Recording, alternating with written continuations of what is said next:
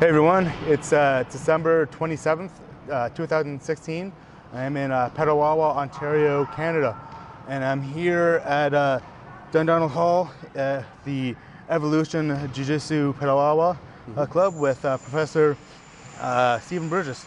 Yes. Thank you. It's good to see you. Yeah, thanks for doing this. Thanks for having me on the mats. It's for those that don't know, this is my hometown, and I love the fact that there is a Jiu-Jitsu club now back home. So every time I come home to see my parents, I have a club training. Yeah. And you and I have been talking now for about a year or more. Yeah, probably about that now, yeah. And it's always great chats, great conversations. We had quite the lengthy thread on Facebook for a while. Yeah. So I've been following your little journeys around the world and stuff like that. So it's very interesting. Yeah, and thank you. And I wanted to actually, take this opportunity to congratulate you and that for sharing your journey, right? Because it is a journey for all of us. And I think that what you do by visiting different clubs and kind of bringing us together, doing things like this, and helps to expose different philosophies and approaches and strengthening and deepening those ties between all of the community of Jiu-Jitsu. It's not just a team thing, it's not just a club thing. To me, it's the BJJ community, and I think you're doing a great job, actually, to congratulate you on that. And we need more people like you that are kind of traveling around and bringing BJJ to the forefront and allowing students to see other things and be exposed to different people. So. Well, thank you. That's amazing to hear from you. I'm honored, and I'm just doing what I see is just like the right thing to do. The community's out there. The great people are out there. The great clubs are out there. They're everywhere. And with social media, we're able to connect so easily nowadays. Might as well go and meet the extended family, as I say, right? So, yeah, thank you. Well, that's excellent. Thank you. Let's start with you trained several styles of martial arts over your time. I actually my first involvement in the martial arts was actually Chitaru karate. Okay. And so back in 1983.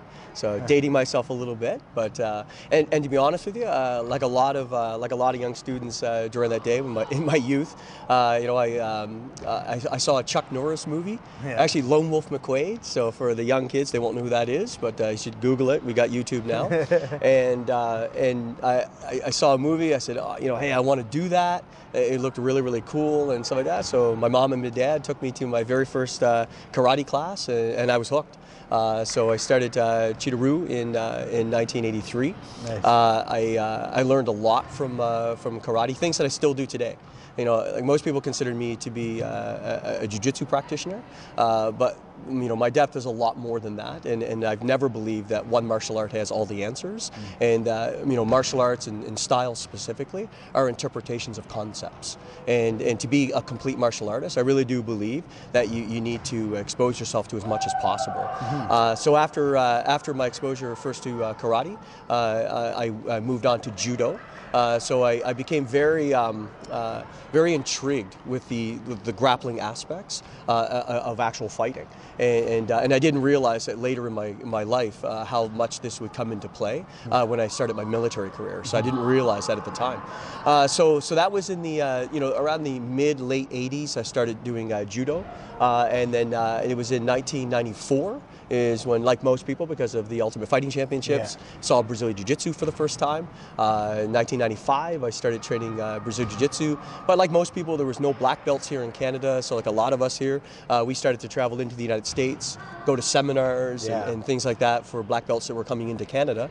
And then I finally, in 1997, met Master Marcus Suarez, 8th degree master of the Carlson Gracie team, and started training under Marcus full-time.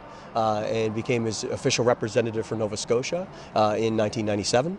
and I taught as his official representative there until I joined the military in 2001. So once I joined the military, obviously I started to move around. I started traveling around the world. So I really branched out and trained in a lot of different places, a lot of like what you're doing right now, and got exposed to different philosophies, different approaches, really gaining a deep understanding of the concepts that make up our style and what it really means to understand the art of entanglement. Yeah. So from that period of time, I started to bring this into the military as a combatives instructor, and I'll talk about that in a little bit. But in 2009 is when I met my partner, Professor Dan Guillemette, Team Evolution. So he asked me to come into partnership with him in Team Evolution to help head up the team.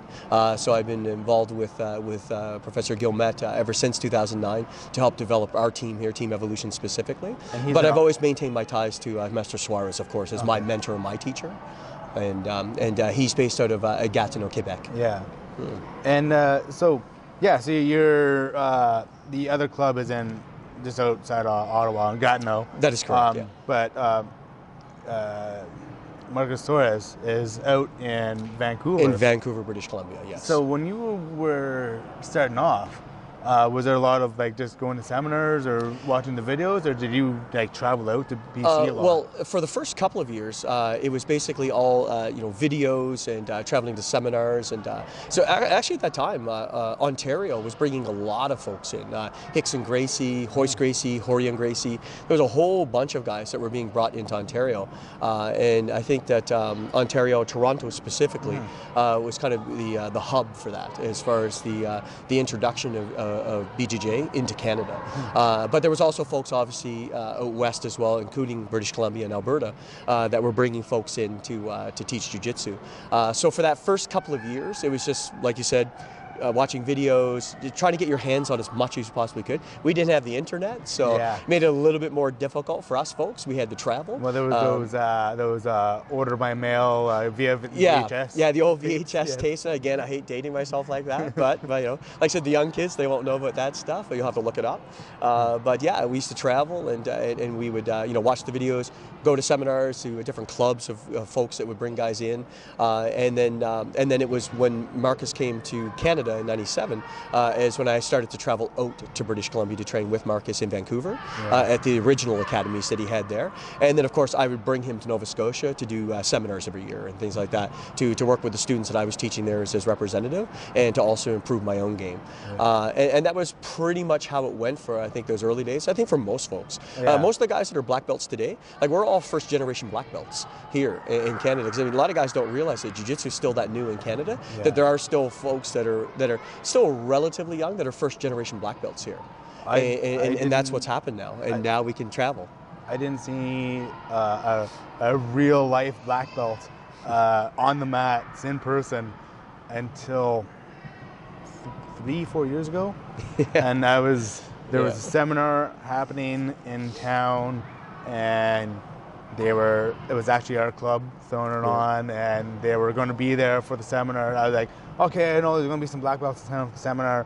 I didn't realize they were going to be hanging out with us and like rolling with us the night before. So let's go to class, and there's 2 black belts hanging out on the mats. I'm like, there's real black belts here.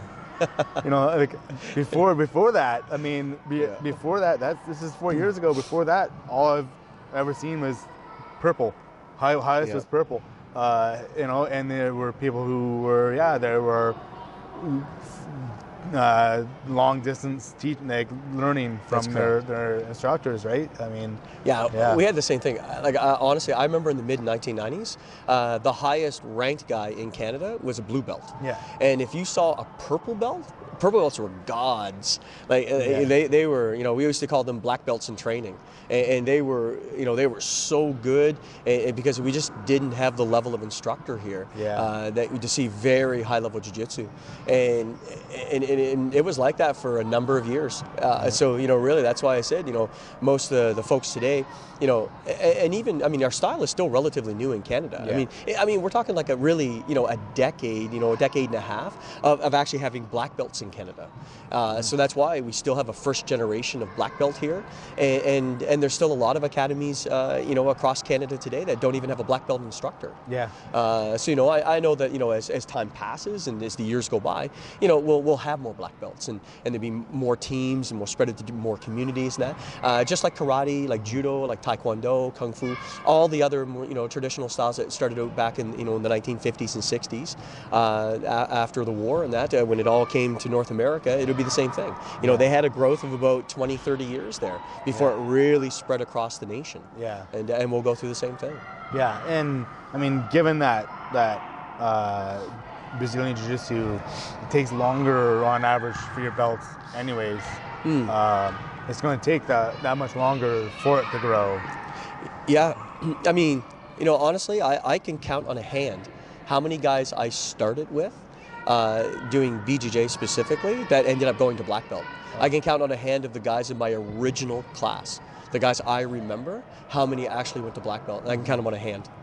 Oh yeah, and I've even at my rank right now of like looking at team pictures of from having like past seminars, like, oh, here's a picture from like seminar 2 years ago, and you're like, who's this guy? Oh yeah, I remember who that guy was. And like people will come and go so often. It's Yeah,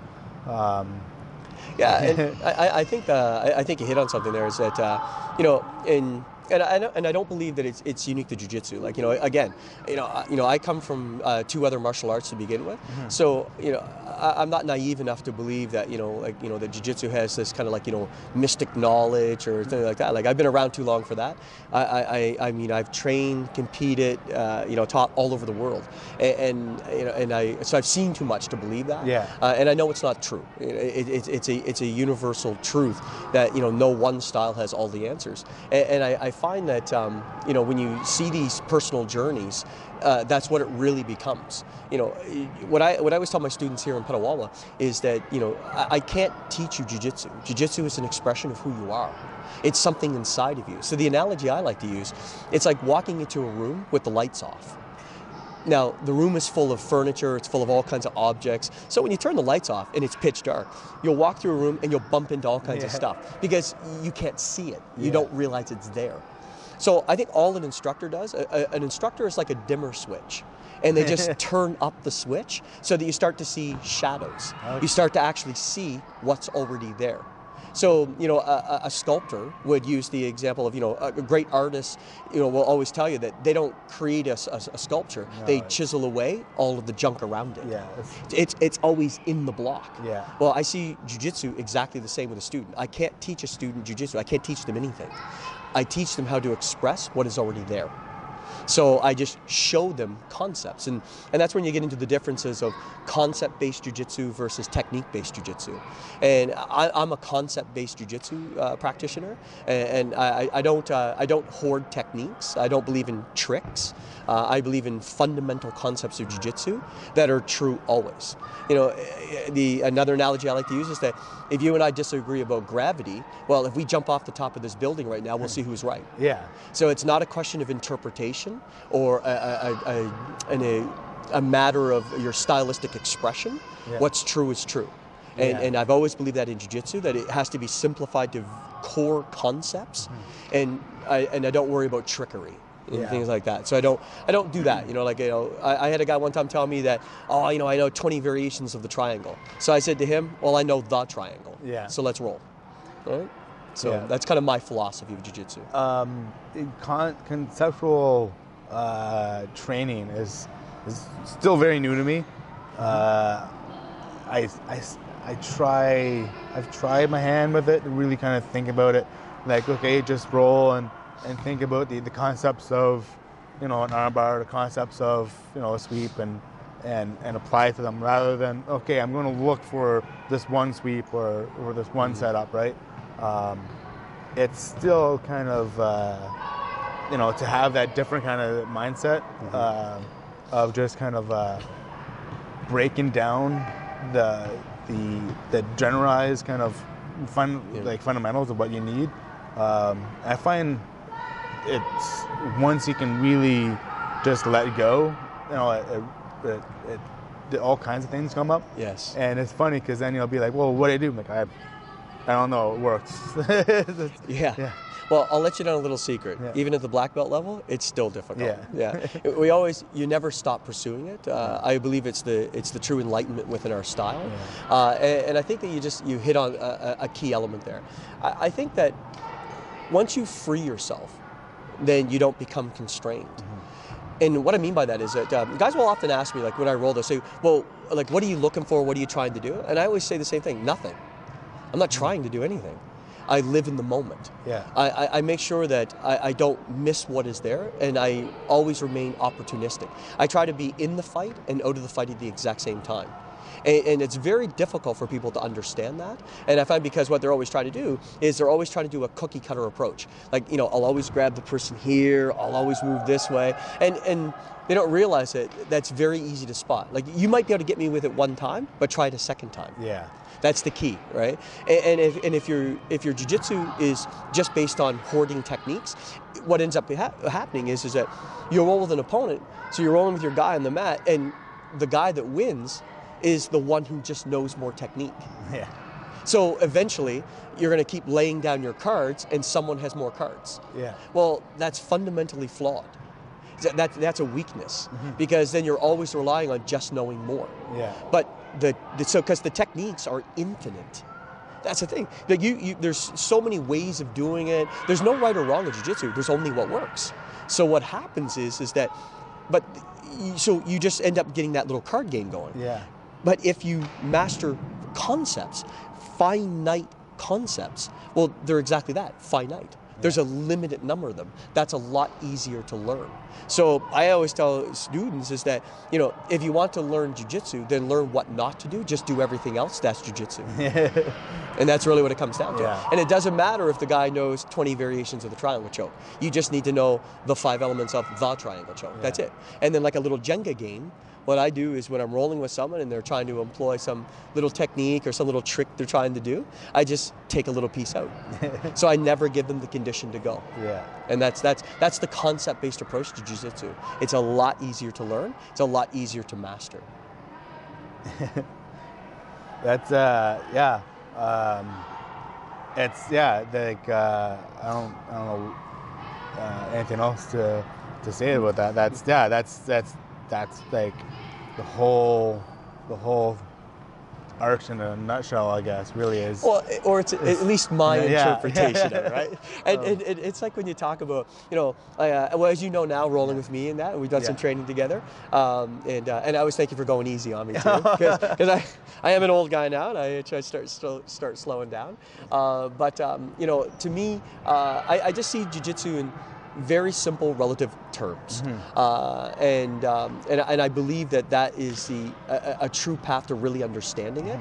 And again, it always comes back that there's no right or wrong. There's just what works. And and it's like people will get into the debates between jiu-jitsu. One of the classic debates you probably always heard is that about the heavy game versus the fast game, right? Yeah. For me, I call myself an old school guy. For me, I'm a heavy jiu-jitsu guy, right? So I'm all about low and slow, heavy pressure, take away space, the mastery of space and weight and things like that. And that's how I conceptualize and express my version of jiu-jitsu.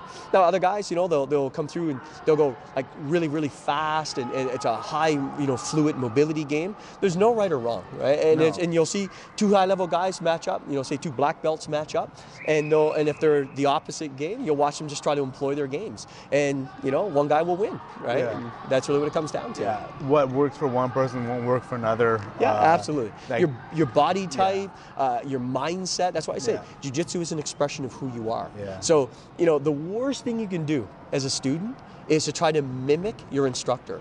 Yeah. It's the worst thing you can do. You always find your jiu-jitsu and take things from everywhere. That's why I always encourage my students, whenever you travel, always take your gi, and Google is your best friend.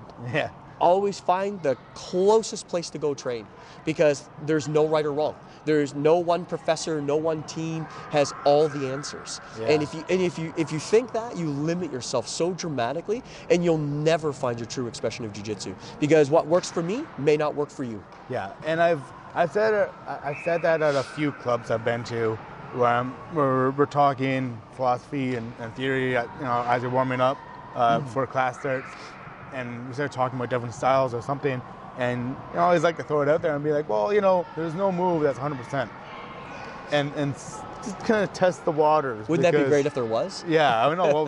Why would there be all these other moves? Well, you just learned that one move. Yeah, exactly. And good to go. Yeah, exactly. Yeah. Right, and there might be that one move that works on everyone in that club, you know? Yes. But outside that club, So you're a lot further ahead than I was as a blue belt. You're a lot further ahead than I was. Well, I've probably been beat up by a lot more people. That builds character. Yeah, that builds character. So this go back a little bit. So you did judo before you did Brazilian Jiu-Jitsu. That's correct. Yeah. And I remember before we were talking, you said you did it in Japan? Yes.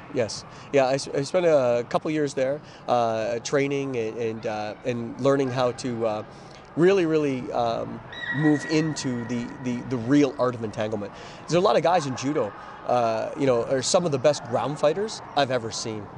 Just incredible ground fighters. And I think that, Jiu-Jitsu often does that. Like, they forget, where Jiu-Jitsu comes from, and I, Brazilian Jiu-Jitsu, the parent art of Brazilian Jiu-Jitsu is judo. And there's guys who argue against that, and they just don't really, my opinion is, they don't really know where they come from, because, yes, we've done things differently.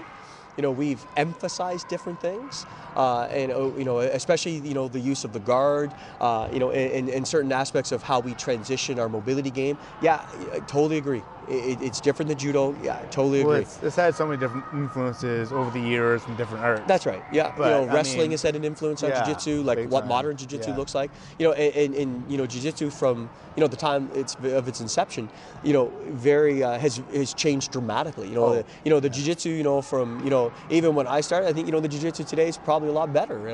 There's a lot of very good professors out there, a lot of innovative technique and the way that it's being expressed. More people are studying jiu-jitsu now, so it's going to get better over time. But we can't forget where we come from. Yeah, to know where you're going, you have to know where you've come from. We have huge influences, like right to this day. And you may have seen that during our roles, is that my top pressure game is all judo. Mm-hmm. My pressure game is pure judo, and my ability to grip. It's very uncomfortable. Yeah. and my gripping game is all judo. Like we used to always say in judo, whoever gets the grip first gets to throw the nage. Yeah. So grips is everything. So if you wanna pass an opponent's guard, you have to win the grip fight. The very first thing you need to do in any guard pass is to win the grip fight. You have to. Mm-hmm. Well, that the masters of the grip game are judo, and I think that so. To separate it out and to delineate it like that, I think is a huge disservice to the style, and it's not really, and it's not a question of just paying tribute to where we come from. It's not that, but it's losing aspects of our game. You've heard me say this before. Like one of my big criticisms in Brazilian Jiu-Jitsu is I believe we've lost the art of throwing. And for me, when I'm on my feet, it's all judo. And when I'm doing nage, it's judo. And I find that you get a lot of schools, a lot of teams, instructors. They're just let's just say their throwing game is not nearly as good as their ground game. And we do say that, in jiu-jitsu that 95% of all real fights go to the ground. But last time I checked, 100% start on their feet. Yeah. So so you whether you're striking on your feet or whether or not you're or you're clinching on your feet, and to control that clinch range, you have to know how to be comfortable on your feet, how to either strike or establish grips for a takedown. That's what you have to be able to do. And I find with the top platforms out there for grappling, it's all moving to no-gi nowadays, and that takes away a lot of that takes away the grips, and it takes away a lot of the standing aspects. Yeah, I get asked about that a lot too.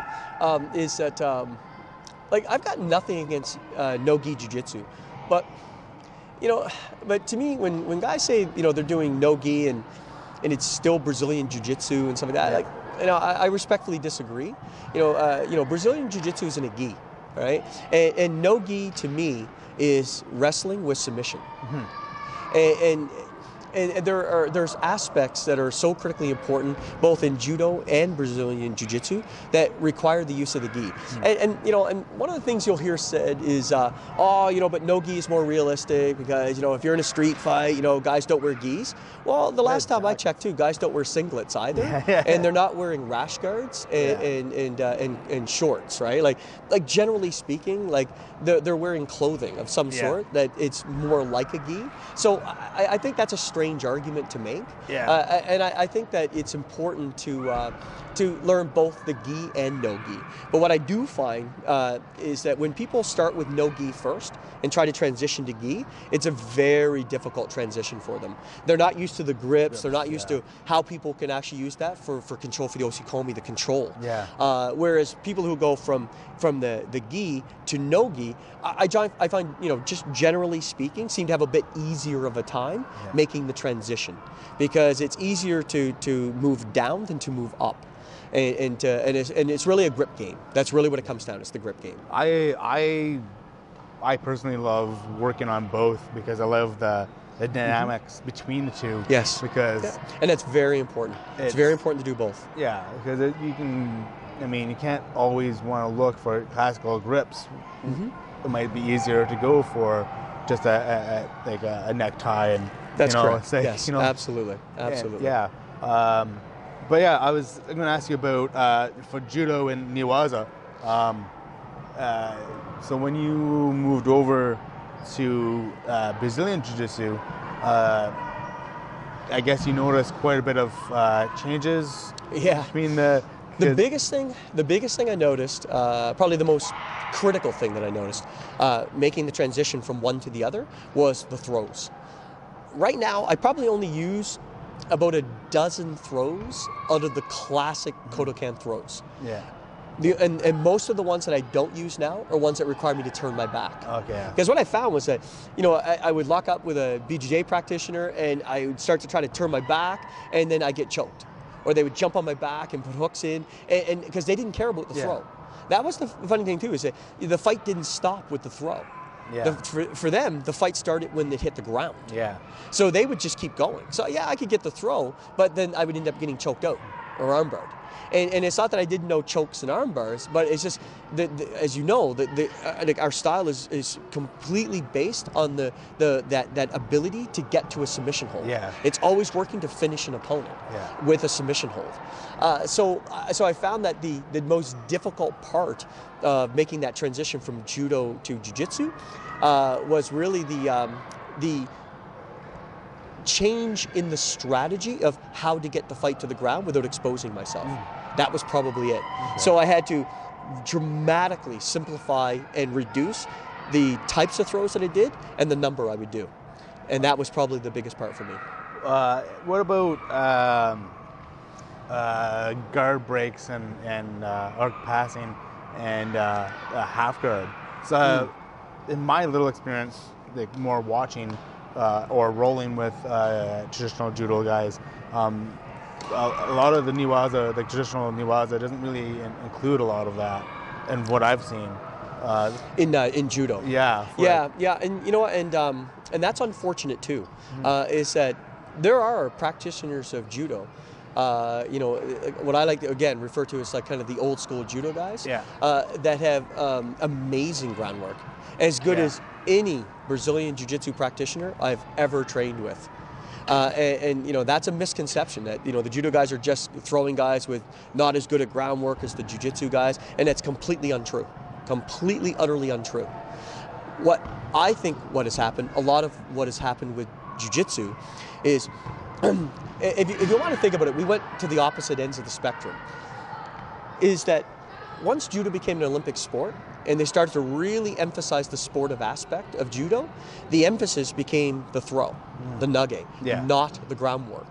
So you saw a whole generational switch into a focus just on throwing. And then as soon as the fight hit the ground, you got the e-palm, boom, done. Yeah. Yame, done. Yeah.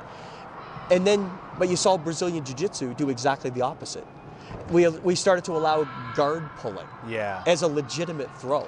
Yeah. And that is the silliest thing I've ever seen. Yeah. You would never pull guard in a street fight. If you want to lose a fight quick, pull guard. And as a military guy, as a combatives expert, I would never encourage anyone to ever pull guard in a fight, in a real fight where your life is on the line. If you want to do that stuff in tournaments, that's fine. But you do that in a real fight, and you have dramatically reduced your chances of survivability. Yeah. So, and that's what happened though. Jiu-Jitsu, they completely got rid of throwing almost, and then started emphasizing only the groundwork. Yeah. So that we see, again, a generational switch where a lot of Jiu-Jitsu guys have lost the art of throwing, whereas a lot of Judo guys have lost the art of groundwork. Yeah. So we need to find, I believe, we need to get those two back together. Well, there were this past Olympics, there were quite a few people, Judo competitors who we either were working on Jiu-Jitsu or just really upping their Newaza game. And that really kind of shone through with the last Olympics. There's quite a few matches and medals, I believe, that were won through submissions. Yeah, fantastic groundwork, fantastic and groundwork. I remember seeing like the internet outrage of like, it's not true judo. I'm like, I don't know when you started judo. That's ignorance. That's what that is. That is complete, utter ignorance. Yeah. You know, judo has a very rich history of submission and groundwork. Again, what has happened is it's just we've seen that transition since the 1960s. We've seen a transition where a lot of judoka have focused only on the nage and not the newaza, and that's what's happened. Yeah. So you know it's unfortunate. I really do believe it has hindered the style.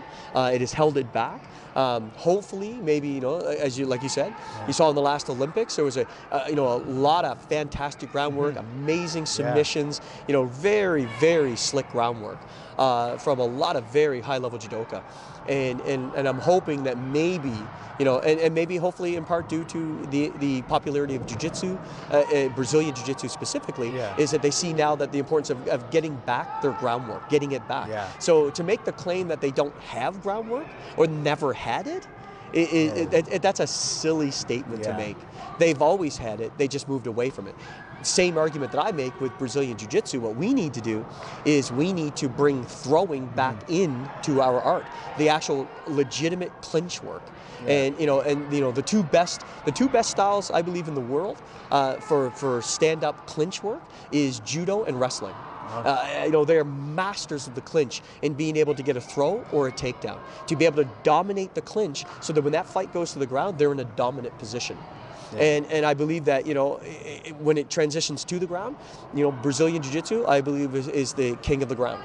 So we need to bring them back together and stop segregating them, stop moving them out, and realize that what people need to do is master the art of entanglement, not a style. Yeah. Styles are limited in their approach and what they conceptualize as important. Yeah, and I mean, we've been learning that, or I guess, or relearning that. I mean, since the UFC started, that one particular style versus another isn't a definite answer. Yes. That's why there is MMA, right? That's right. Yeah, and that and I think that of all of the things that have come out of the the rise of mixed martial arts, and that was primarily showcased through the the popularity and growth of the Ultimate Fighting Championships, was that it showed two things. On the early days, I think it showed that ground fighting is a legitimate martial art, and it can beat a striker, and it's an important aspect of hand-to-hand combat. But I think that as time has gone by, now we've realized that the follow-on or second-order effect of that was that it showed that no one style can win the fight. is that there's many aspects to fighting. And if you want to look at hand-to-hand combat, you're really transitioning from a striking range to a clinch range to a ground range. Yeah. You know, us military folks, we had the projectile range, which arguably is where weapons are, and firearms and things like that. Yeah. But if you look at just hand-to-hand combat, there's those three primary ranges of fighting. And to be a true mixed martial artist, to be truly prepared for any eventuality in hand-to-hand combat, you have to be able to effectively strike. You have to be able to control and work the clinch range, and that's where your judo and your wrestling would be. And you need to be an effective ground fighter. So that's where all of your grappling arts, you know, including judo and wrestling, Brazilian Jiu-Jitsu, sambo, all of the major ground fighting arts. This is where you have to have a level of competency to increase your survivability there. But that's no different than your level of comfort and survivability on your feet. So whether you're boxing or Muay Thai or karate or Taekwondo, whatever your striking art is, you have to master all these ranges of fighting. So I think that ended up being the second order effect as mixed martial arts grew and matured. I think it showed that you can't be a one-trick pony. You can't just be a pure BJJ guy and go in and become world champion. You can't go in and just be a pure striker and be world champion. Yeah, it's happened because some of those guys, you know, they're at such a high level in their art that for you to overcome those natural gifts, you have to be so much better at all of the martial arts to be able to do it. But you see that as time goes by, that's dwindling and dwindling and dwindling. Yeah. These guys are true mixed martial artists. Yeah, I was going to comment on that about how you see these phases go through of someone won, you know, the head kicks at one point were you know, king, right? Everyone wanted Karate to go is to back. Yeah, you know, well, like that. yeah, they did the front the teep, right? And they're like, no, it was a front kick, so it's just karate, right? And then and they had the head kicks, and it's like, oh, it's Muay Thai is big, right? And that's right. Right now, what I was thinking about when you were talking about that with Dominic Cruz and Conor McGregor, the whole movement, right? Body movement and range, you know, it's all of a sudden certain people are like, whoa, wait. So if you're really more aware of your ranges I think that now, you know, when you look at guys, you know, high-level fighters, especially fighters at that level, you know, they've brought, you know, those aspects of combat to such a high level that, you know, it's really hard. It's really like splitting hairs when you're, you know, especially when you're talking about like top 10 guys. Yeah. Like, I mean, they're all so good, and any of those guys can be world champions, and any of those guys can, you know, beat, you know, pretty much anybody on the planet. Yeah. But what they realize now is it's understanding the essence of timing, the movement game, all of those things that are really kind of have intrinsic value. It's not like just learning how to throw a punch. It's not like just learning how to do an armbar. Anyone can learn that in probably about 5 minutes. You can learn how to throw a punch. You know, if you have a good instructor, you know, a proper boxing coach, and shows you how to throw a jab, no problem. You have a Brazilian Jiu-Jitsu black belt, teaches you how to do an armbar, no problem. You can probably learn it in 5 minutes. Yeah. But it takes a lifetime to master it. And when you see guys like that at that high level, you know, what's the difference between number 1 and 2? Yeah. It's like thousandths of a second. It's milliseconds of a decision-making process.